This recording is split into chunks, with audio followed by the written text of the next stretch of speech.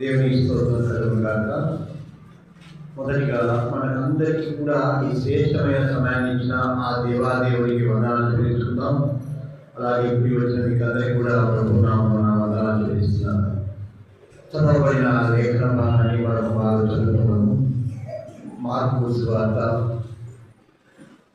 1వ అధ్యాయము 14వ వచనము 15వ వచనాన్ని చదువుకున్నాం. యోహాను చెరపట్టబడిన తరువాత యేసు, కాలము సంపూర్ణమై ఉన్నది, దేవుని రాజ్యము సమీపించి ఉన్నది, మారు మనస్సు పొంది సువార్త నమ్ముడని చెప్పుచు దేవుని సువార్త ప్రకటించుచు గలిలయకు వచ్చెను. దేవుని స్తోత్రం కలుగుగాక. ప్రార్థించుకుందాం. పరిశుద్ధులు తండ్రి, నీచుడు దేవా, సమాధానకర్త, స్తోత్రం చేస్తున్నాము. తండ్రి దేవా, నీ నన్ను వాక్య నీకే స్థుతులు స్తోత్రాలు చేస్తున్నాం. అని దేవా, నన్ను నడిపించండి తండ్రి. మీకు అనుకూలంగా వాక్య ప్రత్యేకించిన నన్ను దూరంగా వాడుకొని మీ ఆత్మతో అభిషేకించిన విరుచున్న మాకందరికీ కూడా ఆత్మలో మీ కార్యం జరిగిన మీ ఆత్మానుసారంగా మేము నడుచుకుని ఆ ప్రకారం మీ లోకంలో జీవించిన మీ సన్నిధానములు కృపను మాకు దయచేయమని మా ప్రభువును రక్షకుడు నజరేయుడైన యేసు క్రీస్తు నామమున ప్రార్థించి వేడుకొంటున్నాము తండ్రి.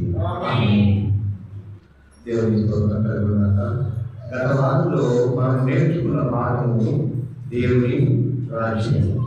దేవుని రాజ్యం ఏమై ఉన్నదో, ఎక్కడ ఉన్నదో, ఎలా ఉన్నదో మనం నేర్చుకున్నాం. అయితే ఆ దేవుని రాజ్యానికి చేరడానికి మనకు మొట్టమొదటి పునాది ఏమిటి అంటే మారు మనసు పొందవలసి ఉన్నది. ఎప్పుడైతే మారు మనసు పొందుతామో, సువార్తను నమ్ముతామో, అప్పుడు మనకు రాజ్య ప్రవేశ అర్హత కలుగుతుంది. మామూలుగా ఏ దేశంలో అయినా జన్మించిన వారికి పుట్టుకతో ఆ రాజ్యం యొక్క పౌరసత్వం వస్తుంది. కానీ దేవుని రాజ్యం యొక్క పౌరసత్వం ఎలా వస్తుందంటే క్రైస్తవులుగా బాప్తిసం తీసుకున్న తర్వాత మాత్రమే అతడు క్రైస్తవులుగా మనగలిగి దేవుని రాజ్యము సమీపిస్తుంది అని తెలుసుకుని అందులో ప్రవేశించగలుగుతారు. ప్రియమైన వారా, ఇక్కడ మారు మనస్సును గురించిన ఆలోచన ఈ దినాలలో చేద్దాం. మారు మనస్సు అంటే ఏమిటి? పోయినసారి దేవుడు రాజ్యం అంటే కూడా ఇంతే సైలెంట్గా ఉన్నాడు. దేవుని పాతని వదిలిపెట్టి నూతనంగా జీవించడమే. నూతనంగా ఏ విధంగా జీవించాలి? ఆత్మానుసారంగా జీవించాలి. దేవుని స్తోత్రాలు తల్లి గారు చెప్పారు. చివరిలో ఆత్మానుసారంగా ఎలా జీవించాలో తెలుసుకుందాం. మొదటిగా మారు మనస్సు అంటే పశ్చాత్తాపడడం. ఏమైతే మనం పాపాలు చేసి ఉన్నామో, ఏమైతే మన పాత జీవితంలో ఇతరులకు ద్రోహం చేసి ఉన్నామో, ఏమైతే చెడుగా ప్రవర్తించి ఉన్నామో, మన ఆలోచనలు కానీ ప్రతిదీ కూడా ఏమైతే పాత జీవితం ఉందో వాటన్నింటినీ మార్చుకుని నూతనంగా దేవుని నమ్ముకొని జీవించడం. దేవుని నమ్ముకున్న తర్వాత మనకు పరిశుద్ధాత్మ దేవుడు నడిపింపులో నడిపించి సర్వసత్యంలోకి మనం అందరినీ కూడా నడిపిస్తాడు. ప్రియమైన వాళ్ళ, అయితే ఇక్కడ మారు మనస్సు అనేది ఎలాంటిది అని అంటే ఒక ఆలోచనకు దారిగా ఉంది, అలాగే మన జీవన విధానాన్ని తెలియజేసేదిగా ఉంది. మారడం అనేది ముఖ్యంగా పాపం విడిచిపెట్టడంలో దేవుని వైపు తిరుగుట్లో మారు మనసుగా మనకు కనపడుతుంది. ప్రియమైన వాళ్ళంటే ఈ లోకము నేరుగా ఉంది. ఆ దేవుడిని చూడడానికి దేవుడి చిత్తం అనుసరించి నడుచుకోవడమే మారు మనసు అన్నది మనకు తెలియజేయబడుతుంది. అలాగే ఇంకొక శ్రేష్టమైన విషయం ఏమిటంటే మనము దేవుడు తిరిగి మనకు వస్తాడు, వచ్చిన వారు మనల్ని కూడా తీసుకుని వెళ్తారన్న నిరీక్షణ కలిగిన మారు మనసు మనకు ఉండాలన్నది దేవుని వాక్యము సెలవిస్తుంది. ప్రియమైన వాళ్ళ, అయితే ఈ యొక్క మారు మనసుకు సంబంధించిన సంఘటనలు పరిశుద్ధ గ్రంథంలో కొన్ని సంఘటనలు మనం చూస్తాం. కొంతమంది వ్యక్తులను మనము చూద్దాం. ప్రియమైన వాళ్ళ, ముఖ్యంగా యోనా గ్రంథంలో మనం ఒక సంఘటనను చూస్తాం. 3 నుండి 5 వచనాల నుండి 10వ వచనం చూసినట్లయితే, 3వ అధ్యాయము 5 నుండి 10 వచనాలు చూసినట్లయితే, అక్కడ నినీవే ప్రజలకు యోనా ప్రవక్త ప్రకటన చేశాడు. మీరు పాపంలో పడి ఉన్నారు, మిమ్మల్ని శిక్షించడానికి దేవుడు, మిమ్మల్ని నాశనం చేయడానికి దేవుడు సమర్థుడై ఉన్నాడు కనుక మారు మనసు పొంది మీరు బాగుపడండి అని చెప్పి, పాపం నుండి రక్షింపబడండి, మీకు రక్షణ కలిగించుకోండి అని చెప్పి ప్రచారం చేసినప్పుడు 3 దినముల ప్రయాణం కలిగిన ఆ నినేవే పట్టణంలో ఒక్క దినం ప్రయాణం చేసిన తర్వాత ప్రియమైన వారా, అక్కడ ఏం జరిగింది అంటే రాజుతో సహా పశువులతో సహా అందరూ కూడా ఉపవాసం నుండి ప్రార్థనలు చేసి దేవుడు శిక్ష నుండి తప్పించుకున్న వారిగా ఉన్నారు. ప్రియమైన వారా, అంటే రాజు నుండి కూడా పశువులు కూడా అక్కడ మారు మనసును పొందుకున్నట్లుగా ఈ వాక్యం ద్వారా మనం తెలుసుకుంటున్నాం. మనలో చాలా మంది మారు మనసు అంటే చాలా తేలిగ్గా తీసుకుంటారు. ప్రియమైన వారా, కొంతమంది ఏం చేస్తారు అంటే నేను మారాను, నేను మారు మనసు పొందుకున్నాను, నేను ఇక్కడ నుంచి ఎటువంటి తప్పిదములు చేయరు అని అనుకుంటారు. కానీ మనస్సులో ఎన్నెన్నో చెడు ఆలోచనలు కలిగి, చెడు దురాలోచనలు కలిగి, చెడు అలవాట్లను అంతర్గతంగా కనపడి ఎవరు లేని సమయంలో వారు వాటిని జరిగించుతూ ఉంటారు. ప్రియమైన అయితే ఇక్కడ నినివే ప్రజలు ఏం చేశారంటే అందరూ కూడా ఆ రాజ్యాన్ని రక్షించుకోగలిగారు. అక్కడ ప్రజలందరూ కూడా రక్షింపబడ్డారు. వారి మానవ వస్తారు. అయితే కొత్త నిబంధనలో కొంతమంది వ్యక్తులను మనము పరిశీలన చేసుకున్నాం. మొట్టమొదటిగా పుట్టిన కయ్యను మనము జ్ఞాపకం చేసుకున్నాం. లూకా సువార్త 19వ అధ్యాయం 7-9 వచనాలలో చూసినట్లయితే ఈయన పాపి అయిన మనుషుని యొద్ద బస చేయవలెనని చాలా సనుగుకొని జక్కయ్య నిలువబడి, ఇదిగో ప్రభువా, నా ఆస్తిలో సగభాగము బీదలకిచ్చుచున్నాను. నేనెవరి వద్ద అన్యాయముగా దేనినైనను తీసుకొని అతనికి 400 మరలా చెల్లించునని ప్రభుతో చెప్పాలి. అందుకు యేసు అబ్రహాము కుమారుడే, ఎందుకనగా నేడు ఈ ఇంటికి రక్షణ వచ్చి ఉన్నది. దేవుని స్తుతులకి వాళ్ళ రక్షణ కొరకైన మారు మనసును కొట్టుకెక్కై కొట్టుకున్నట్టుగా ఈ వచనాలు మనకు తెలియజేయబడుతున్నాయి. మొట్టమొదటిగా ఆయన సుఖముదారుడు. సుఖాన్ని ఎక్కువగా వసూలు చేసి ధనవంతులుగా ఉన్నవాడిగా మనకు కనబడుతుంది. ప్రియమైన వాళ్ళ అయితే ఈయన ఏం చేస్తున్నాడు? వాగ్దానం చేస్తున్నాడు ప్రభువైన యేసుక్రీస్తుకు, అయ్యా ఏవైతే నేను ఎక్కువగా సంపాదించుకున్నానో నా ఆస్తిలో సగాన్ని బీదలకు ఇస్తాను, ఎవరి దగ్గరైతే ఒక భాగం నేను తీసుకున్నానో వారికి 4 నేను చెల్లిస్తాను, అన్యాయంగా ఏవైతే నేను తీసుకొని ఉన్నానో వాటిని తిరిగి చెల్లిస్తానని చెప్పి రక్షణకు మార్గమైన మారు మనస్సును ఆయన పొందుకున్నట్టుగా మనం చూస్తున్నాం. ప్రియమైన వారా, మనలో ఎంతమంది గరీబులు ఉండవచ్చు, ధనాపేక్ష కలిగిన వాళ్ళ ఉండవచ్చు, ధనాన్ని సంపాదించుకుని ఎక్కువగా ఈ లోకంలో గొప్పగా జీవించాలన్న ఆశ కలిగి ఉండవచ్చేమో. కానీ ఈ పుట్టినికై చూసినట్లయితే ప్రియమైన వారా, ఆయన తన ధనాన్నంతా కూడా బీదలకిచ్చి ఎక్కడైతే అన్యాయంగా తీసుకున్నాడో వాటన్నింటినీ కూడా తిరిగి ఇచ్చేసే వాగ్దానం దేవుడికి ఇచ్చినట్టుగా మనం చూస్తున్నాం. ప్రియమైన వారా, ఇక్కడ పుట్టినికైతో మనల్ని పోల్చుకుందాం. మనము ధనాపేక్ష లేకుండా బీదలను ఆదుకునే వారిగా మనం ఉండాలని దేవుని వాక్యము సెలవిస్తుంది. ప్రియమైన వారా, మనలో చాలా మందికి బీదలను చూస్తే అసహ్యంగా ఉంటాడు. ఒకసారి ఒక సంఘటన మీకు జ్ఞాపకం చేయాలని ఆశపడుతున్నాను. బ్రిటిష్ మహారాణి విక్టోరియా రాణి గారు మందిరంలోకి వెళ్ళిందంట. ప్రియమైన వారా, మందిరంలోకి వెళ్ళి ఒక ఆమె పక్కన కూర్చున్నది. కూర్చుంటే ఆమె పక్కన చూపి, మహారాణి గారు నా పక్కన వచ్చి కూర్చున్నారే అని లేచి ఇంకోటికి వెళ్ళింది. అలాగే ఈ మహారాణి ఈమె లేదే పక్కన అని చెప్పి మళ్ళీ లేచి ఆమె దగ్గరికి వెళ్ళి కూర్చున్నది. ప్రియమైన వారా, మళ్ళీ ఆమె అక్కడి నుంచి లేచి ఇంకోటికి వెళ్ళింది. ఈమె కూడా ఆమెను వెంటాడింది. ప్రియమైన వారా, ఇలా కూడా బీదలను కటాక్షికి కరుణించే వారికి, అక్కడైతే ఎవరైనా పరిశుద్ధ ఆలయంలో అందరూ సమానులే అన్న గొప్ప సత్యాన్ని, అంత గొప్ప రాణి తెలియజేసినట్టుగా మనం చూస్తున్నాం. ఇక్కడ కూడా ధనవంతుడైన పుట్టినకాయ బీదర్నికి స్వధనము దానం ఇచ్చేవాడిగా ఉన్నట్టుగా మనము చూస్తున్నాం. ప్రియమైన వారా, రెండవ వారిని చూసినట్లయితే మగ్దలేని మరియ.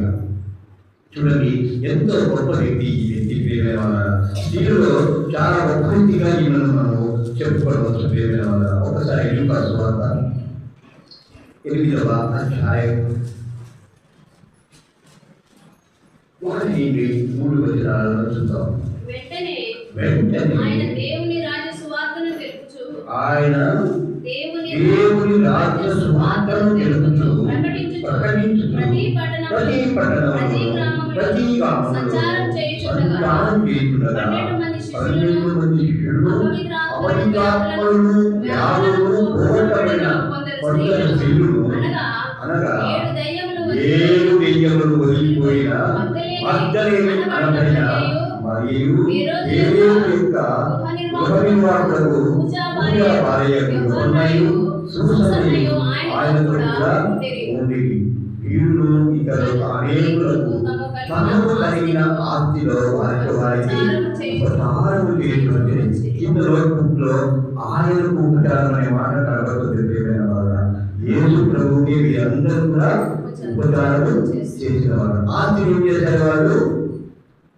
ఇతరులకు అనేకులకు పంచిపెట్టిన వారుగా మనం ఇక్కడ చూస్తున్నాం ప్రియమైన వారు. అంత మాత్రమే కాదు, మగ్దలేని మరియను మనం చూసినట్లయితే ప్రియమైన వాళ్ళ చాలా శ్రేష్టమైన వ్యక్తిగా ఉంది. శిలువ దగ్గర కనబడిన స్త్రీలో ఒక స్త్రీగా ఆమె కనబడుతుంది. అలాగే ప్రియమైన వాళ్ళ పునరుత్థాన యొక్క క్రీస్తును మొట్టమొదటిగా చూసిన స్త్రీగా ఉంది. పునరుత్థానం వెంటనే ప్రజలందరికీ ప్రకటించిన స్త్రీగా ఆమె కనబడుతుంది.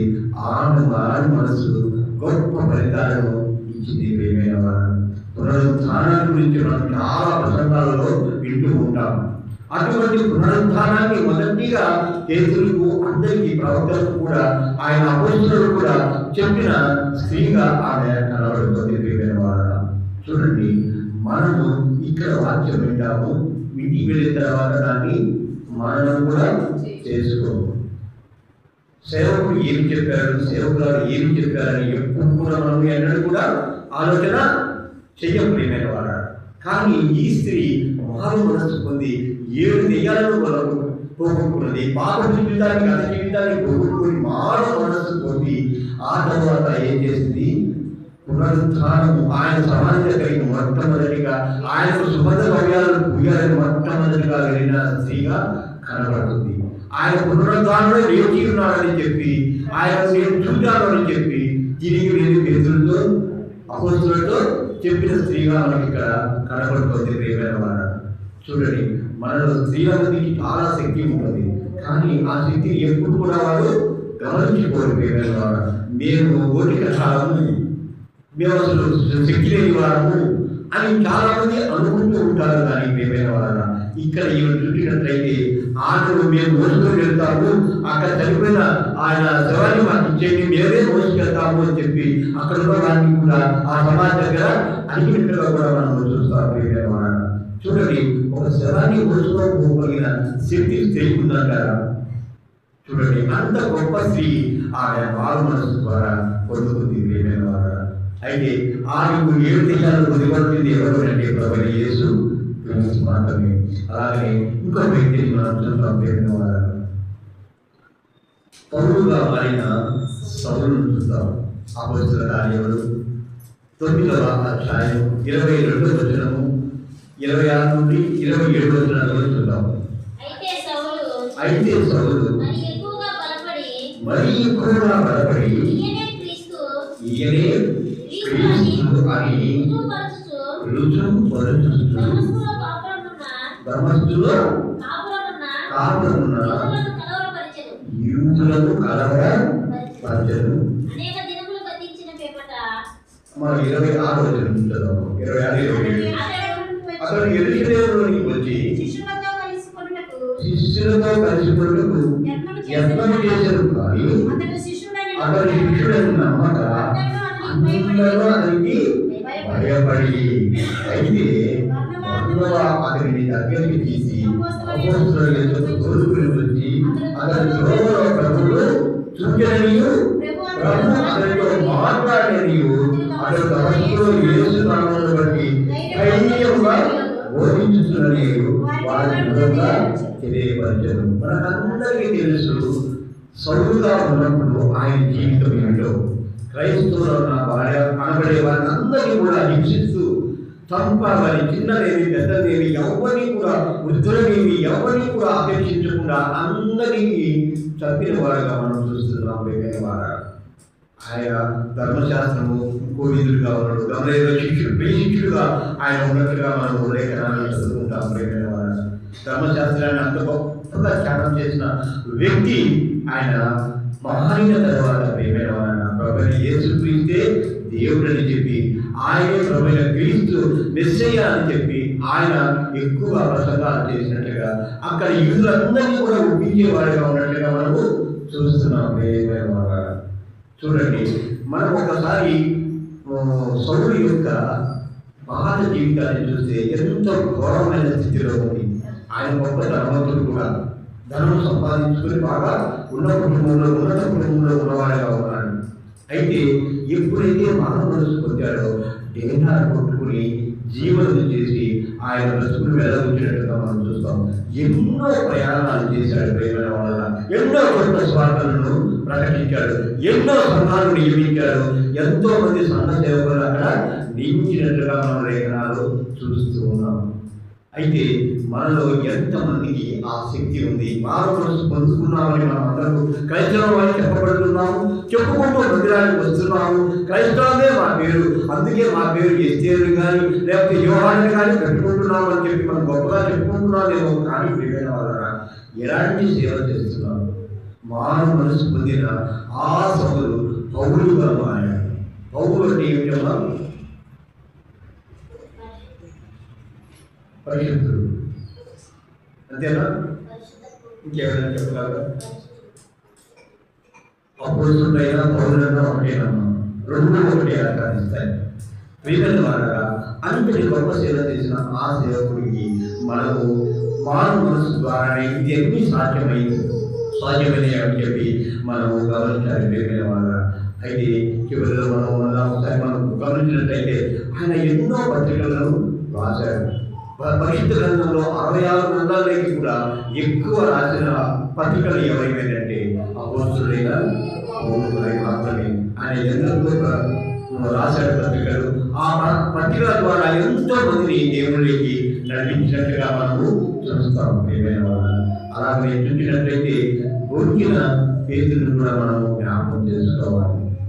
ఎక్కడ దొరికారు అంటే ప్రియమైన వారు మత్తయి సువార్త 26వ అధ్యాయం 75వ వచనంలో చూసినట్లయితే ఆయనను అప్పగించిన తర్వాత వారందరూ ఆయనను సిలువ వేయడానికి పడిన తర్వాత ప్రియమైన వారు ఆయన తల్లిమంట కాచుకుంటూ అక్కడ ఉన్న వారందరూ కూడా నీవు ఆయనతో ఉన్నవాడివి కదా అని చెప్పినప్పుడు నేను ఆయనతో ఆయన నాకు తెలియదని చెప్పి 3 మార్లు దొరికిన తర్వాత ఓడిపోసిన తర్వాత ఆయన పశ్చాత్తాపడి దుఃఖించినట్టుగా ఆ 75 వచనంలో చూస్తాం.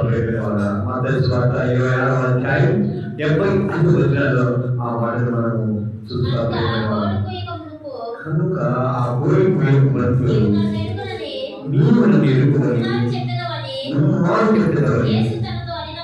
యేసు తనతో అయిన మాట పేతురు జ్ఞాపకం తెచ్చుకొని వెలుపలికి పోయి సంతాపపడి ఏడ్చెను. ఇక్కడ ఆయన మారు మనసు పొందారు. చూడండి, మారు మనసు పొందక ముందు ఆయన ఎలాంటి వాడు అంటే దుడుకు పేతురు చెప్పే పేరుంది. దుడుకు తనంతో ఆయన యేసు ప్రభుకి ఏమొచ్చినా కూడా ఆయన ముందుగా వెళ్ళి దాన్ని అడ్డుకునే స్థితిని కలిగి ఉన్నాడు.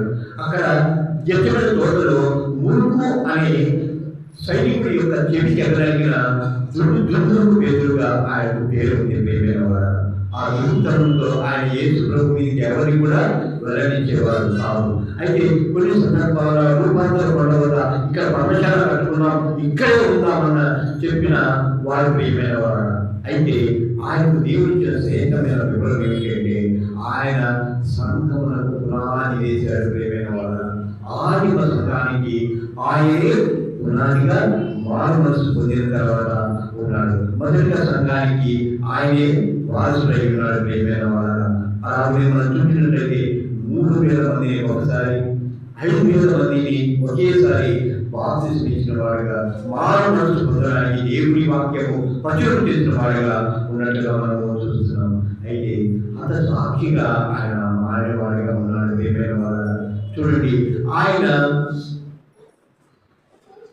దారిలో వెళుతూ ఉంటే రోగులను ఆయన నీడ పడుతుందేమో స్వస్థపడడానికి అని చెప్పి ఆయన దారిలో ఉంచేవారుగా ఉన్నట్టుగా మనం చూస్తున్నాం. ప్రియమైన వారు, ఆ మాట అపొస్తలుల కార్యములు 5వ అధ్యాయం 15వ వచనంలో మనం చూడవచ్చు. అలాంటి శ్రేష్టమైన వ్యక్తిని పేతురు చెప్పబడుతుంది. ప్రియమైన వారు, అయితే మారు మనసు పొందిన తర్వాతనే ఈ కార్యాలన్నీ చేసినట్లుగా మనం చూస్తున్నాం. సంఘాలను నిర్మించాడు. సంఘాల యొక్క వారి స్థితిగతులను పర్యవేక్షిస్తూ ఎంతో మందిని దేవుడికి నడిపించిన వాడిగా ఉన్నారని చూస్తున్నాం. ప్రియమైన వారు, అలాగే ఆయన ఒక గొప్ప శ్రేష్టమైన వాక్యాన్ని మనకు ఇచ్చాడు. ప్రియమైన వారు, ఆ వాక్యాన్ని నీకు చివరిలో చెప్తాను, జ్ఞాపకం పెట్టుకోండి. అలాగే ప్రియమైన వారు, ఆయన 2 పత్రికలు రాశాడు. పేతురు రాసిన మొదటి పత్రిక, 2వ పత్రిక అని 2 పత్రికలను ఆయన రాసినట్లుగా మనం లేఖనాలు చూస్తున్నాం. అలాగే ప్రియమైన వారు, చాలా జాగ్రత్తమైన వ్యక్తిని చూసినట్లయితే సిలువ పైన దొంగ యొక్క మారు మనస్సును మనం ఇక్కడ ధ్యానం చేస్తున్నాం. లూకా సువార్త 23వ అధ్యాయం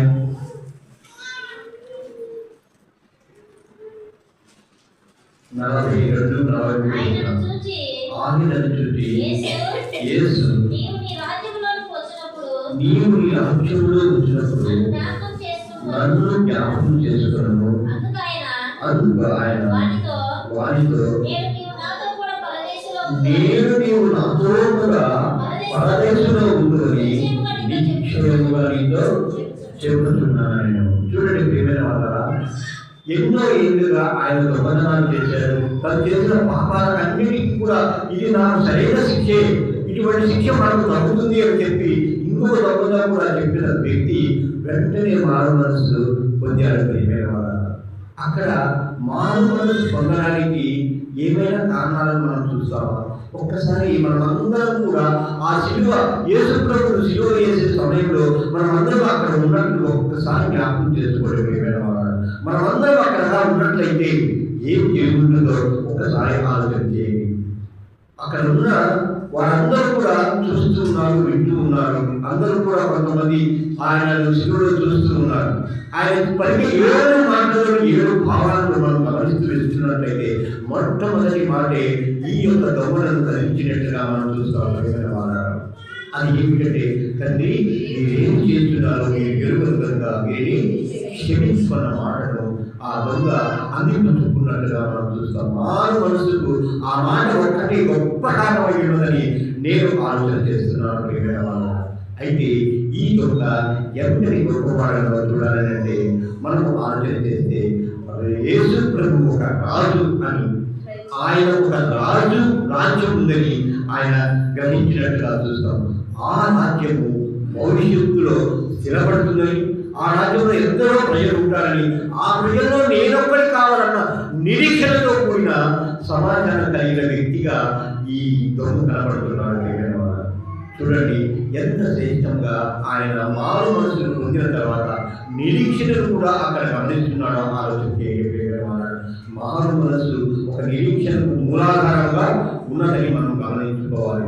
దేవుని రాజ్యంలో చేరడానికి, దేవుని రాజ్యం వస్తుందని తెలుసుకుని ఆ వ్యక్తి ఏం చేశాడు అంటే నిరీక్షణతో కూడిన వాగ్దానాన్ని కూడా ఒకటి పొందుతున్నాడు. ప్రియమైన వాళ్ళ, ఏమిటంటే నీవు నేను నాతో కూడా పరదేశంలో ముందు వాళ్ళ వాగ్దానాన్ని పొందుకున్నాడు. ప్రియమైన వాళ్ళ, మరి మనలో ఎంతమందిని మారు మనసు పొందుకున్నాక ఈ దొంగలాగా మా పశ్చాత్తాపడి మనం ఎప్పుడైతే మన పాపాలను ఒప్పుకుంటున్నామా, ముందు వచనాలను చూసినట్లయితే ప్రియమైన వాళ్ళ, అక్కడ దొంగ ఏం చేస్తున్నాడంటే 2వ దొంగతో మనకు ఈ శిక్ష పడి ఉన్నది, దేవుడికి భయపడవా అని 2వ దొంగను గద్దించిన వాడిగా ఉన్నాడు. ప్రియమైన వాళ్ళ, అయితే మనలో ఎంతమంది దేవుడికి భయపడేవాడుగా ఉన్నామో ఒక్కసారి ఆలోచన చేయాలని మనం చేస్తున్నాను. ప్రియమైన వాళ్ళ, ఇక్కడ ఈ శిలువ దొంగ ఎంతో గొప్ప వ్యక్తిగా మనం చూస్తున్నాం. చేసిన పాపాలకు ప్రాయశ్చిత్తంగా శిలువ శిక్ష మనకు సరైంది అని చెప్పి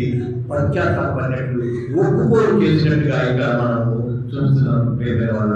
అయితే ఆయన క్రీస్తు యొక్క పరిశుద్ధత పవిత్రతను సాధించిన వాడుగా ఉన్నాడు.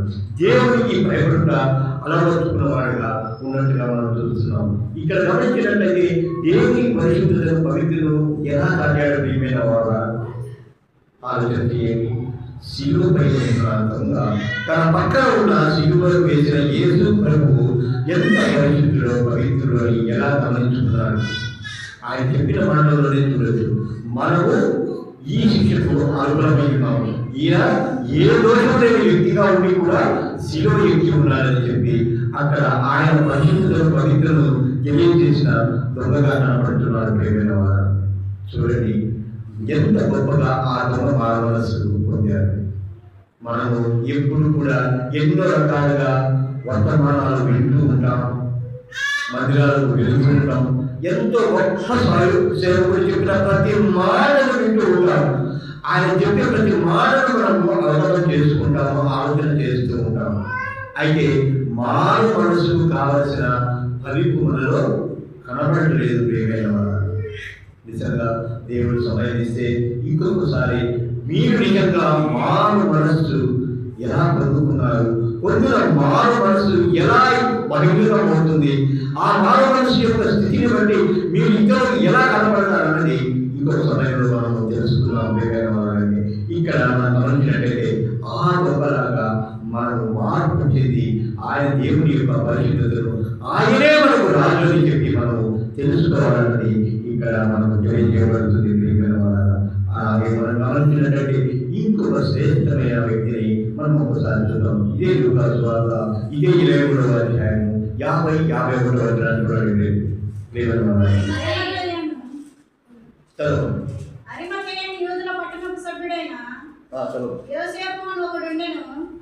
అతడు సజ్జనుడిను నీతిమంతుడై ఉండి వారి ఆలోచనకును వారు చేసిన పనికి సమ్మతింపక దేవుని రాజ్యం కొరకు కనిపెట్టుకున్న వాడు దేవునికి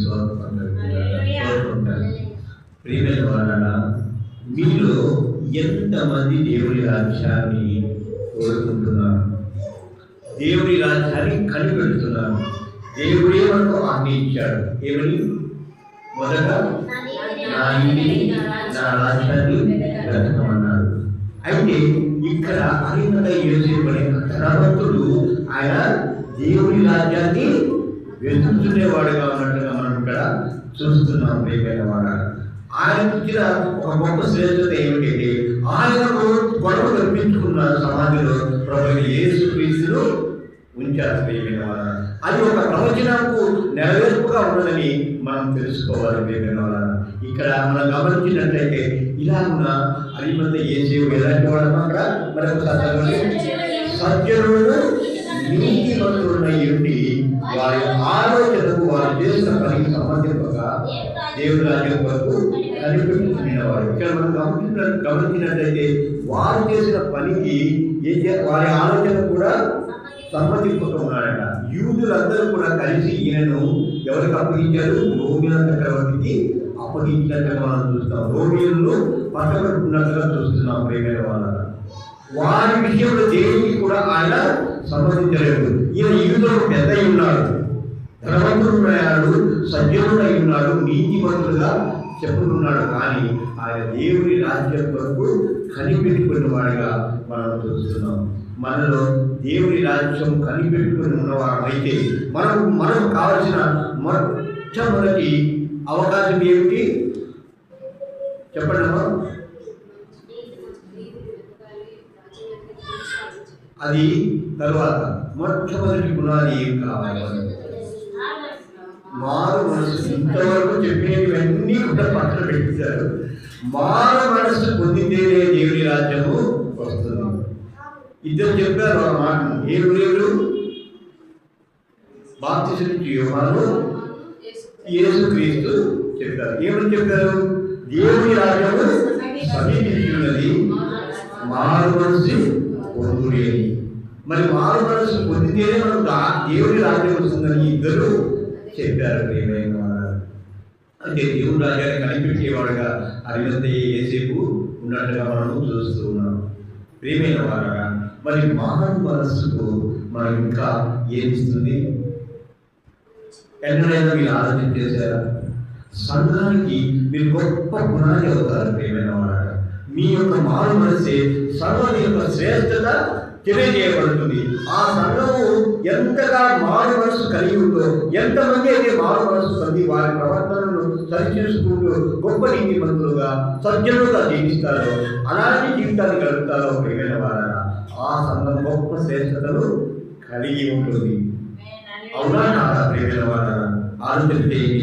మిమ్మల్ని బట్టి నూతన ఆత్మలు కూడా సంఘానికి రావాలి.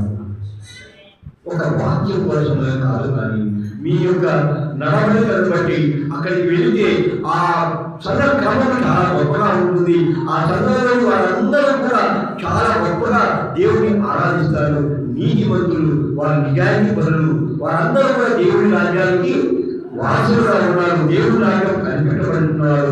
దేవుని నీతిని రాజ్యాన్ని వెళ్తే వారిగా వారు ఉన్నారని చెప్పి ముందుగా సంఘానికి వారు గొప్ప మార్గదర్శకులుగా ఉంటారన్నది దేవుని వాక్యంలో సెలవిస్తుంది.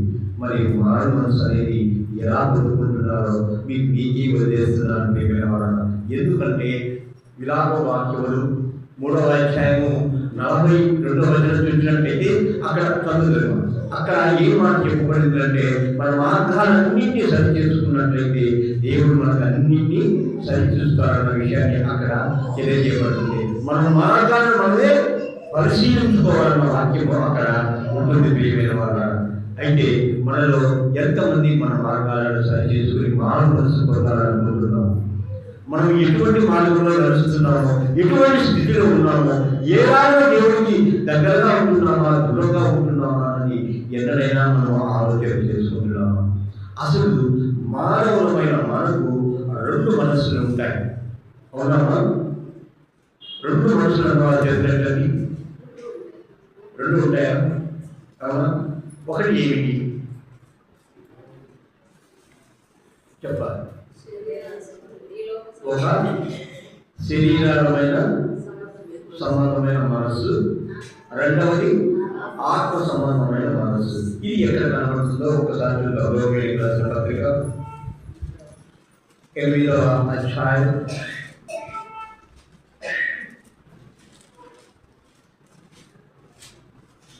5 నుండి 7 వచనాలను ఏది అనగా శరీరానుసారులు శరీర విషయంలో మీద మనస్సునుందురు, ఆత్మానుసారులు ఆత్మ విషయముల మీద మనస్సునుందురు. శరీరానుసారమైన మనస్సు మరణము, ఆత్మానుసారమైన మనస్సు జీవమును సమాధానమై ఉన్నది. ఏలయనగా శరీరానుసారమైన మనస్సు దేవునికి విరోధమైనది, అది దేవుని ధర్మశాస్త్రములకు లోబడదు, ఏ మాత్రమును లోబడదు. దేవుని స్తోత్రం. ఇక్కడ మనం గమనించినట్లయితే ప్రియమైన వారన్నా, చాలా జాగ్రత్తగా మనం గమనించినట్లయితే ఇక్కడ 2 మనస్సులు మనకు కనబడుతున్నాయి. శరీరానుసారమైన మనస్సు ఏమిటి చెప్పండి? లోక సంబంధమైనది. ఇంకా నేత్రాశయ, శరీరాశ, జీవపడము. ఈ శరీరము ఏదైతే మనం ఆశించాలని కోరుకుంటుందో దాన్ని నెరవేర్చడమే శరీరానుసారమైన జీవనం ప్రియమైన వాళ్ళ. అలాగే మనం గమనించినట్లయితే ఆత్మానుసారమైన విషయాన్ని మనం జ్ఞాపకం చేసుకుంటే ఆత్మానుసారమైనది ఏమిటి? మొట్టమొదటిది దేవుని చిత్తము నెరవేర్చుట, రెండవది వాక్యము మనము నెరవేర్చుట. వాక్యం నెరవేర్చుట అంటే మనం గత కాలంలో నేర్చుకున్నాం. వాక్యం ఎవరైనా ప్రభుని యేసుక్రీస్తే అయి ఉన్నారు. ఆయన ఏదైతే మనకు చెప్పి ఉన్నాడో 2 ఆజ్ఞలను మనము కంపల్సరిగా ఖచ్చితంగా వాటిని పాటించాలన్నది దేవుని వాక్యం సెలవిస్తుంది. అలాగే మనం చూసినట్లయితే ప్రియమైన వాళ్ళ లోక సంబంధమైన విషయాలు చాలా ఉన్నాయి. ధనం సంపాదించాలని, అధికారం సంపాదించాలని, ఎదుటి వారి మీద మనం అధికారం పెద్దలు చెలాయించాలని చెప్పి ఎన్నెన్నో రకాలుగా ఆలోచన చేస్తుంటాం. అదే కాదు కానీ ఎదుటి వారిని ఎలా కించపరచాలి, లేదా వారిని ఎలా మనం దూషించాలి, ఎదుటి వారిని ఎలా తక్కువ చేయాలో మనం ఎక్కువగా గొప్ప కావాలని చెప్తూ ఉంటారు, చేస్తూ ఉంటారు. మీకు ఒక చిన్న సంఘటన చెప్పాలని ఆశపడుతున్నాను. ఒక వ్యక్తి ఇంకొక వ్యక్తి దగ్గరికి వెళ్ళి తాను మంచివాడు అనిపించుకోవడానికి మూడో వ్యక్తిని ఏం చేస్తాడు? కించపరచడమే కాకుండా ఆయన దుష్టుడు, పనికిరాని వాడు, నీ మీద ఎన్నో కార్యాలు చెప్తున్నవాడు అని చెప్పి ఈయన మంచివాడు, ఆయన మాత్రం చెడ్డవాడని చెప్తారు. ప్రేమైన వాడు అది గ్రహింపు చేసుకున్న వాళ్ళకైతే ఆ మాటని ఎవ్వరు కూడా వినరు. ఎందుకు వినరు అని అంటే ఇవన్నీ కూడా ఆయన కావాలని చెప్తున్నాడు, ఆయన మనస్తత్వమే అంతలే అని చెప్పి ఎవరు కూడా ఆ మాటల్లో వినరు. కాకపోతే ఈ లోక సంబంధమైన విషయాల్లో మనం ఎక్కువగా జ్ఞాపకం పెట్టుకుంటుంటాం, వాటిని ధ్యానం చేస్తుంటాం. కాబట్టి మనము వాటిని ఎక్కువగా వింటూ ఉంటాము, వాటిని ఆచరించడానికి ప్రయత్నము చేస్తూ ఉంటాం. ఈ లోక విషయాలకు మనం ఎంత దూరంగా ఉంటామో ప్రియమైన వాళ్ళ అంతగా దేవునికి దగ్గరగా ఉంటాం. ఈ లోక సంబంధమైన విషయాలు చూసినట్లయితే చాలా మంది మనలో ప్రతి ఒక్కటి కూడా ధార్మికంగా ఉండాలని ఆలోచన చేస్తూ ఉంటాం. ఎదుటి వ్యక్తి దగ్గరగా మనం వెళ్ళినప్పుడు మన గొప్పతనాలు ఎక్కువగా చెప్పుకునేదానికి ఎక్కువగా ఆలోచన చేస్తూ ఉంటాం. ఏమైతే ఇదిగో నాకు ఇంత గొప్పగా నాకు ఆస్తిపాస్తులు ఉన్నాయి, నాకు ఇంత గొప్పగా నేను జీవిస్తున్నాను, మీరు నాతో సరితూగలేరు అని అనుకుంటుంటారు. అయితే దేవుడు చెప్తున్నాడు కదా ప్రియమైన వారు, అందరూ సమానులే. దేవుడు అనుగ్రహించే మహిమను మనం పొందుకోవాలని మనం ఆశపడతా ఉన్నాడని దేవుడి వాక్యం సెలవిస్తుంది. అయితే మనం పాపమై ఉండి ఆయన ఇచ్చే మహిమను మనము పొందుకోలేకపోతున్నాం ప్రియమైన వారు. ఇక్కడ మనం గమనించినట్లయితే ఈ లోకానుసారమైన మనస్సు దేవునికి విరోధమైనదిగా ఉంటుందని మనం గమనించాలి ప్రియమైన వారు. ఈ లోకాశలతో ఈ లోక సంబంధమైన విషయాలతో మనం ఎన్నో రకాలుగా ఉంటూ ఉంటాం. ఒకసారి పక్కింట్లో గొడవ పడుతుంటే మనం ఏం చేస్తాము? వినదనే కాదు, ఇంకా దగ్గరగా వెళ్ళి వాళ్ళు ఏం చేస్తున్నారా, ఏం ఉంటున్నారా అని చెప్పి వీలైతే తలుపు సందులో చూడటము, లేకపోతే ఆ తలుపు సందులో చూడబట్టి వినడం. ఆ మాట స్పష్టంగా వినపడకపోతే కూడా ఇంకా తప్పడబడతాం, ఇంకా ఎక్కడన్నా సందు దొరుకుతుందేమో అక్కడికి వెళ్ళి చూద్దాము, విందామన్న ఆలోచనతో. ఇది అవి తెలుసుకొని మీరేం చేస్తారు? వేరే వాళ్ళకు చెప్పిన దానివల్ల మీకు ఏమొస్తుంది? వస్తుంది అనుకుంటాను నేను, ఆత్మానందం వస్తుంది, ఈ లోకానుసారమైన సంతోషం మీకు కలుగుతుంది కదా. అయితే ఎక్కువగా ఇది స్త్రీలలోనే ఎక్కువగా ఉంటుంది సహజంగా. అంటే మిమ్మల్ని ఏదో కించపరచడానికి కూడా ఈ మాట చెప్పట్లేదు తల్లురా, పురుషులు కూడా ఉంటుంది, చాలా తక్కువ శాతం ఉంటుంది. అయితే పురుషులు దుర్గుణం ఏంటంటే ఎక్కడైనా గొడవ జరుగుతుందంటే రోడ్డు మీద పరిగెత్తి ముందుగా వెళ్ళేది వీళ్ళే. వాళ్ళు అడ్డుకునేవారు స్త్రీలు. అయ్యా ఎందుకు లేదా అక్కడికి వెళ్ళి ఆ గొడవలు చూడటం వినడం అనేది లేదు, ఆ గొడవ తెలుసుకొని ఖచ్చితంగా రావాల్సిందే అని ఏమైనా పడుతుంటారు. ఈ రకంగా లోక విషయాల్లో అందరి దృష్టి కూడా ఎలా ఉంటుంది అంటే పరిగెత్తి తెలుసుకోవాలి, తెలుసుకున్న వాటిని పక్క వారికి పంచుకోవాలి. దేవుని సువార్తను పంచుకోవడానికి మాత్రం మన మనసు రాదు, దేవుని విషయాలు మనం చెప్పడానికి మనసు రాదు ప్రియమైన వాళ్ళ. అందుకే మారు మనసు పొందిన తర్వాత దేవుని సువార్తను నమ్ముడి, దేవుని సువార్తను ప్రకటించుడు అని చెప్పి దేవుని వాక్యము సెలవిస్తుంది. దేవుని రాజ్యంలో నీవు పాలిభాగస్తుడివి, దేవుని రాజ్యంలో ప్రవేశరాజ్యం కలిగిన నీవు మారు మనసు పొందిన తర్వాత చేయవలసిన పని సువార్తను ప్రకటించుటే.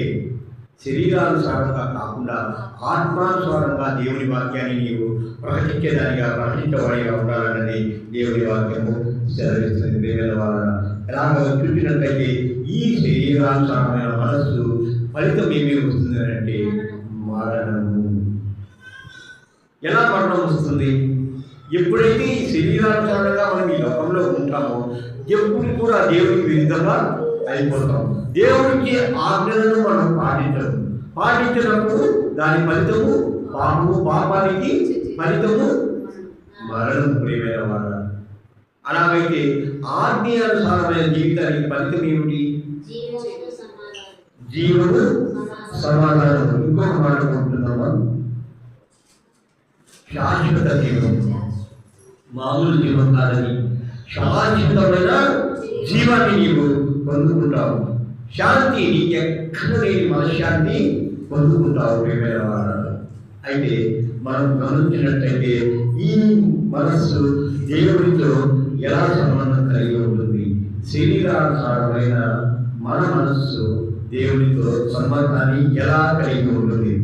ఆలోచన చేయగలిగిన వాళ్ళ ఎప్పటికీ కూడా దేవుడితో విరోధముగా శరీరానుసారమైన మనస్సు ఉంటుంది.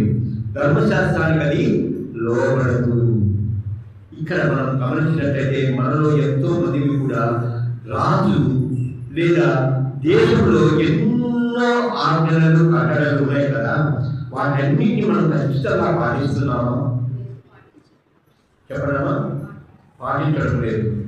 అలాగే దేవుడిచ్చిన ధర్మశాస్త్రాన్ని కూడా మనం ఎవరు కూడా పాటించడం లేదు. ఎందుకు? శరీరానుసారంగా మనం ఉన్నాం కనుక వాటిని ఎప్పుడు కూడా మనము పాటించడం. దానివల్ల ఏమవుతుంది? ఆజ్ఞ అతిక్రమమే పాపమై దేవుడికి విరోధంగా మనం ఉండడానికి ఇక్కడ అవకాశం కల్పిస్తుంది శరీరానుసారమైన మనస్సు. అయితే ఆత్మానుసారమైన మనస్సు ఏ విధంగా ఉంటుందంటే మన జీవన విధానాన్ని మారుస్తుంది. మనం ఏమైతే చేయాలనుకుంటున్నామో చేస్తున్నామో వాటన్నిటినీ కూడా పరిశీలించుకొని ముందుకు సాగడానికి ఆత్మానుసారమైన మనస్సు మనకు దేవుడిచ్చాడు. ప్రియమైన వారు గమనించండి, మనం ఏదైనా ఒక చిన్న తప్పిదం చేస్తూ ఉన్నామనంటే ఆ తప్పిదం చేసే సమయంలో నీకు హెచ్చరిక చేసేది ఒక ఆత్మ మాత్రమే. ఏ మనిషి నిన్ను ఆక్షేపణ చెయ్యడు, ఏ ప్రసంగము నిన్ను ఆక్షేపణ చెయ్యదు. దేవుని యొక్క వాక్యం ఒకటే నిన్ను ఆక్షేపణ చేస్తుంది.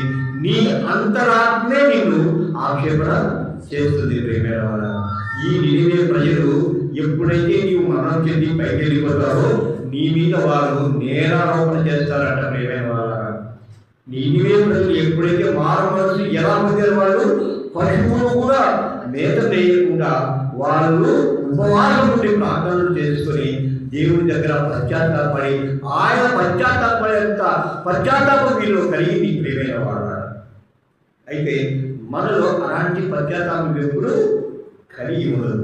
కారణం ఏమిటి అంటే ఏముందిలే, ఈ లోకంలో అన్నీ మనకు జరిగిపోతున్నాయి, దేవుడు ఉన్నాడో లేదో తెలియదు, ఆ ఉన్న దేవుడు మనకు అన్ని మేలు చేస్తాడో లేదో తెలియదు, తర్వాత చచ్చిన తర్వాత మనం ఎక్కడికి వెళ్తామో కూడా మనకు తెలియదు. కనుక మనం ఎట్లా ఉన్నా కూడా సరిపోతుందిలే అని శరీరానుసారమైన మనస్సును మనం కలిగి ఉంటాం. ఇక్కడ మనం గమనించినట్లయితే నీవు ఎప్పుడైతే మారు మనస్సు రెండు రకాలుగా పొందుకుంటావో, ఆత్మానుసారమైన మనస్సు నీకు కావాలంటే శరీరానుసారమైన మనస్సును నీవు చంపాలి, దానికి దూరంగా ఉండాలి. అలా కాకుండా ఆత్మానుసారమైన మనస్సుని నీవు వదులుకున్నావు అంటే శరీరానుసారమైన మనస్సు నీకు ఉంటుంది. ఆ ప్రకారం జీవించి మరణము పొందుతాడు. గమనించినట్లయితే లూకాసు వార్త 16వ అధ్యాయంలో ఒక సంగతి మనము బయలుపడుతుంది. ప్రియమైన వారు, 19 నుండి 30 వచనాలు చూసినట్లయితే అక్కడ ఒక సందర్భాన్ని మనం చూస్తాం. ధనవంతుడు లాజరు ఇద్దరు మరణించారు. మరణించిన ఇద్దరు వేరు స్థలాలకు వెళ్ళారు. ప్రియమైన వారు, ధనవంతుడైన వ్యక్తి ఎక్కడికి వెళ్ళాడు? అగ్నిగుండంలో ఉన్నాడు. తప్పికతో అలమటిస్తున్నాడు. అయ్యా అబ్రహాము అనుకున్న అబ్రహామా, నీవు మా కొరకు లాజరును మా కొరకు పంపి ఒక నీటి చుక్కను మా నాలుగుపై అంటులాగా చెయ్యమని చెప్పి ప్రార్థిస్తాను. లేదు, అది కుదరని పని, నీవు అగాధంలో ఉన్నావు, అది జరగని పని. అయితే నాకు 5 మంది అన్నదమ్ములు ఉన్నారు, వారి కొరకు ఒక వ్యక్తి భూమికి వెళ్ళి వారి మారు మనసు పొందేదాకా దేవుడి వాక్యము ప్రచురించాలి కదా అంటే అబ్రహాం చెప్పిన మాట ఏమిటంటే ఆల్రెడీ ప్రవక్తలు ఉన్నారు, యాజకులు ఉన్నారు. అందరూ కూడా దేవుని వాక్యం చెప్పినా కూడా మీరెవరు కూడా మారు మనస్సు పొందలేదు కనుక అగ్నిగుండంలో పడ్డారని అక్కడ అబ్రహాం సెలవించినట్టుగా మనం చూస్తున్నాం. ప్రేమైన వారా, చూడండి, దేవుడు చెప్పిన మారని మనుషులుగా మనం ఉంటున్నాం. దేవుని వాక్యము మనలోకి వచ్చినా కూడా మనము మారని వ్యక్తులుగా ఉంటున్నాం. ఎన్నో గొప్ప గొప్ప సంఘటనలు మన జీవితాల్లో జరిగినా కూడా ఇశ్రాయేలు ప్రజల్లాగా మారని వ్యక్తులుగా మనం ఉంటున్నాం. ప్రియమైన వారా, ఎంతో గొప్ప కార్యాలు దేవుడు వారి ఎడల చేసినా కూడా వారు మారు మనసు పొందక ప్రియమైన వారు గతించిన వారుగా ఉన్నారు, మరణించిన వారుగా ఉన్నారు. ప్రియమైన వారు, ద్వితీయోపదేశ కాండాన్ని ఎందుకు దేవుడు రెండవసారి చెప్పించాడంటే కారణం ఏమైందో తెలుసా నీకు? తరతరాలు పెరుగుతున్నప్పుడు కాదమ్మా. ఆ పాత తరం అంతా కూడా గతించిపోయింది, కొత్త తరము వచ్చింది. పాత తరం యొక్క సూచనలు కానీ కట్టడలు కానీ ఏవైతే దేవుడు చెప్పి ఉన్నాడో అవి ఏమి కూడా వారికి తెలియదు కనుక ద్వితీయోపదేశ కాండాన్ని ఆయన తెలియజేసినట్టుగా మనం చూస్తున్నాం. ఇప్పుడైతే అందరికీ ఇంటికి వెళ్ళినా కూడా టీవీ ఆన్ చేస్తే సువార్త వస్తుంది, చెవి చూసినా సువార్త వస్తుంది. మనకు సమయం ఉండి పరిశుద్ధ లేఖనాలు మనం చూసినా కూడా మనము వాక్యం నేర్చుకోవచ్చు. కానీ ఇవేటిని కూడా మనం ఆచరించకుండా శరీరానుసారంగా మనం ఏం చేస్తున్నామా? మన లోకానుసారంగానే మనము జీవిస్తున్నాం. అయితే మనము ఆ ధనవంతులుగా మనం ఎక్కడ చేద్దాం? నరకంలోకి చేద్దామన్నది ఇక్కడ గమనించాలి. అయితే ప్రియమైన వారా, మీకు ఒక చిన్న ప్రశ్న వేయాలని నేను ఆశపడుతున్నాను. మొదటిగా చూసినట్లయితే పుట్టికై విషయంలో, మగ్ధలేని మరి విషయంలోను, పౌరుగా మారిన సౌలు విషయంలోను, గొక్కిన పేదల విషయంలోను, ఒక శిలువ పైన దొంగ విషయంలోను, ఒక అయిన అరిమతయి యేసు విషయంలోను చూసినట్లయితే ప్రియమైన వారా, ఇవన్నీ జరిగిన కాలము ప్రభువైన యేసు క్రీస్తు ఉన్న కాలమే. ఆయన అందుకే మీకు గొప్ప వాగ్దానం ఇచ్చారు. మనకందరికీ కూడా ఒక గొప్ప వాగ్దానాన్ని ఇచ్చాడు. ఎక్కడ ఇద్దరు కూడి ఉందో వారి మధ్య నేను ఉంటానని సెలవించిన గొప్ప దేవుడు మనకున్నారు. ప్రియమైన వారా, అయితే మనం ఎప్పుడు కూడా ఆయన ఉన్నారని ప్రార్థన చెయ్యం. చేసేవాళ్ళు కొద్దిమంది ఉంటారేమో, కానీ ఎప్పుడైతే ప్రార్థనలో కూర్చుంటారో వెంటనే పక్కన ఎవరో ఒక పిలుపు సెలవు ఇవ్వడము, లేకపోతే ఇంకా ఖాళీ పెట్టుకోవడము, ఇంకొకటి మన వంట చేసే సమయంలో గ్యాస్ స్టవ్ మీద సిలిండర్ యొక్క సౌండ్ రావడము జరుగుతుంది.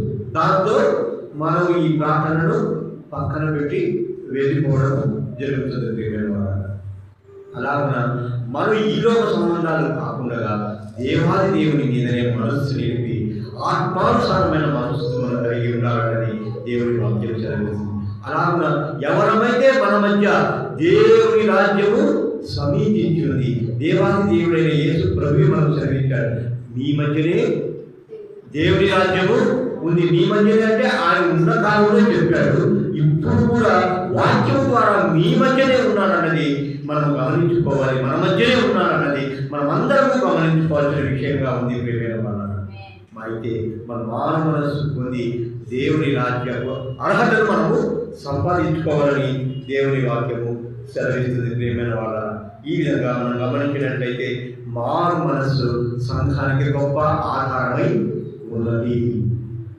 నీవు మారినట్లయితే, నీ ప్రవర్తన మారినట్లయితే, నీ యొక్క గొప్ప క్రియలు, నీ యొక్క మారు మనసు మారిన తర్వాత చేసే క్రియలను బట్టి నీవు ఎంత గొప్ప వ్యక్తిగా సంఘంలో మారగలుగుతావో ఆ సంఘం యొక్క ప్రతిఫలము బయట కనబడుతుంది. ప్రియమైన వారుగా, ఎంతమంది ఆ సంఘంలోకి ఎక్కువగా చేర్చబడతారు, ఆ సంఘం యొక్క ఆరాధన క్రమాలను బట్టి, మారు మనసు యొక్క మనుషులను బట్టి ఆ విధంగా జరుగుతుందని చెప్పి దేవుని వాక్యము సెలవిస్తుంది. మరి ప్రియమైన వారుగా, సంఘంలోకి వస్తున్న మనం అందరం కూడా పలానా సంవత్సరంలో అందరూ చెప్పుకుంటూ ఉంటున్నాం.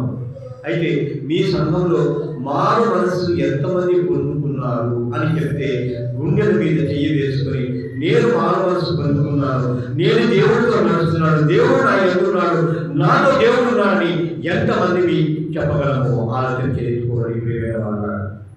నిజంగా ఈ మారు మనసు అన్నది దేవుని రాజ్యంలోనికి మొదటి ప్రవేశ అర్హత కలిగి ఉంది. ఈ అర్హతను మనం పొందుకున్నట్లయితే ప్రియమైన వాళ్ళ దేవుని రాజ్యంలో మనకు ప్రవేశము జరుగుతుంది. అయితే ఒక్కసారి మనం ఇందాక చెప్పుకున్నాం కదా, మొదట్లో పేతురు ఒక గొప్ప శ్రేష్టమైన వాక్యాలను మనకు ఇచ్చాడు. ఒక్కసారి చదువుకున్నాం.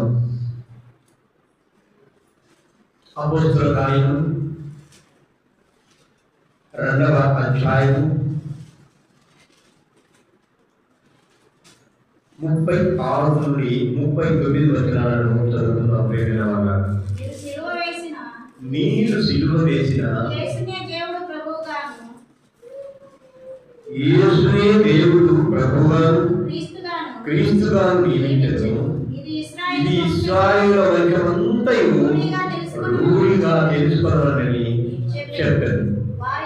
వారు ఈ మాట విని హృదయములో నొచ్చుకొని, సహోదరులారా, మేమేమి చేతుమని పేతురును కడమ అపోస్తలులను అడుగగా, పేతురు, మీరు మారు మనసు పొంది పాప క్షమాపణ నిమిత్తము ప్రతి వాడు యేసు క్రీస్తు నామమున బాప్తిస్మము పొందుడి, అప్పుడు మీరు పరిశుద్ధాత్మను వరములు పొందుదురు. దేవుడు మనల్ని దీవించి ఆశీర్వదించుగాక. ప్రియమైన వారగా, ఇక్కడ మనం గమనించినట్లయితే పేతురు ఎంత గొప్ప శ్రేష్టమైన మాట మనకి ఇచ్చాడు చూడండి. మీరు మారు మనసు పొందితే మీకు ఒక వరము ఇవ్వబడుతుంది. ఏమిటి? పరిశుద్ధాత్మ. పరిశుద్ధాత్మ మనం ఏం చేస్తుంది? సర్వ సత్యంలోనికి నడిపిస్తుంది. ప్రియమైన వారగా, చూడండి ఎంత లింకులు ఉంటాయో ప్రియమైన వారా. ఒకదానికి ఒకటి ఎలా అనుసంధానం కలిగి ఉంటాయో. ఒక పని చేస్తే మనం రెండో పని ఎంత సులువుగా ఉంటుందో ఒకసారి ఆలోచన చేయండి. ఎప్పుడైతే మనం యేసుక్రీస్తు నామమున మనం బాప్తిస్మము పొందుతామో అప్పుడు పరిశుద్ధాత్మనే వరాన్ని మనము పొందుకుంటాము. పరిశుద్ధాత్మ పొందుకున్న మనము సర్వ సత్యములోనికి మనల్ని నడిపిస్తుంది. ప్రియమైన వారా, అయితే మన నడవడిక మారు మనసు కలిగి ఉన్నదని, మారు మనసు పొందిన తర్వాత పరిశుద్ధాత్మ ద్వారా సర్వ సత్యంలోనికి మనం నడిపించగలుగుతామని చెప్పి దేవుని వాక్యము సెలవిస్తుంది. ప్రియమైన వారా, మనలో ఎంతమందిని చివరి దినాల్లో ఉన్నాం పరిశుద్ధాత్మను పొందుకోవడానికి. ప్రభు యేసుక్రీస్తునందు బాప్తిస్మము ఎంతమంది పొందుకున్నామో నాకైతే తెలియదు. కానీ ప్రియమైన వారా, రాకడ సమయం సమీపించింది కనుక మనమందరూ బాప్తిస్మము పొంది ఆ పరిశుద్ధాత్మ వరాన్ని పొందుకోవాలని దేవుని వాక్యము సెలవిస్తుంది. పరిశుద్ధాత్మ వరాన్ని పొందుకున్న మనందరికీ కూడా గొప్ప ఈవులు దేవుడు ఇస్తారు. ప్రియమైన వారా, మొట్టమొదటిగా మనకి ఇచ్చేది మనం సర్వసత్యంలోనికి నడిపిస్తాం. యథార్థమైన జీవితం, సత్యమైన జీవితం, అలాగే నీతిమంతమైన జీవితాన్ని మనకు దేవుడు కనబరుస్తారు. అలా జీవించడానికి దేవుడు అవకాశము ఇస్తారు. ప్రియమైన వారా, ఈ దినాన మీకు అందరికీ కూడా మారు మనసు ఎలాంటిదో మనము తెలుసుకున్నాం. మారు మనసు పొందడం వల్ల గొప్ప వరాన్ని మనం ఎలా పొందుకుంటామో మనము తెలుసుకున్నాం. దాని కొరకైన ఆలోచన మీలో ఎంతమంది చేస్తున్నారు? వారిని బట్టి దేవుడు మీకు గొప్ప వరాన్ని, ఆశీర్వాద వరాన్ని, పరిశుద్ధాత్మ వరాన్ని మీకు ఇచ్చుగాక. పరిశుద్ధుడు పరిశుద్ధుడు కానీ నిత్యుడు దేవ సమాధానంగా తండ్రి దేవ, మేము చెప్పుగా నాయన మారు మనస్సులు కనపరిచే విధంగా ఉండటం సహాయం చేయండి. పొందిన మారు మనస్సులు నాయన స్థిరం చేయడం మీరు మా అందరి నుంచి ఉండడం వేడుకుంటున్నాం తండ్రి దేవ. మీరు మాతో పాటు ఉండి నాయన స్థిరమైన మారు మనస్సులు మాకు దయచేసి మీకు మహిమకరంగా ఈ లోకంలో జీవించే భాగ్యాన్ని మాకు ప్రసాదించమని వేడుకుంటున్నాం. పరమ తండ్రి, రాజ్యంలో ప్రవేశించే అర్హత ఈ మారు మనస్సు ద్వారా వస్తుందని మేము తెలుసుకున్నాం తండ్రి. మారు మనస్సును మా గురించి నేను మీకు మహిమకరంగా మమ్మల్ని ఈ లోకంలో జీవింపజేసి మీరే మహిమ తెలుసుకోమని మా ప్రభువుడు రక్షకుడు నజరేయుడైన యేసుక్రీస్తు నామమున ప్రార్థించి వేడుకుంటున్నాం తండ్రి. ఆమేన్.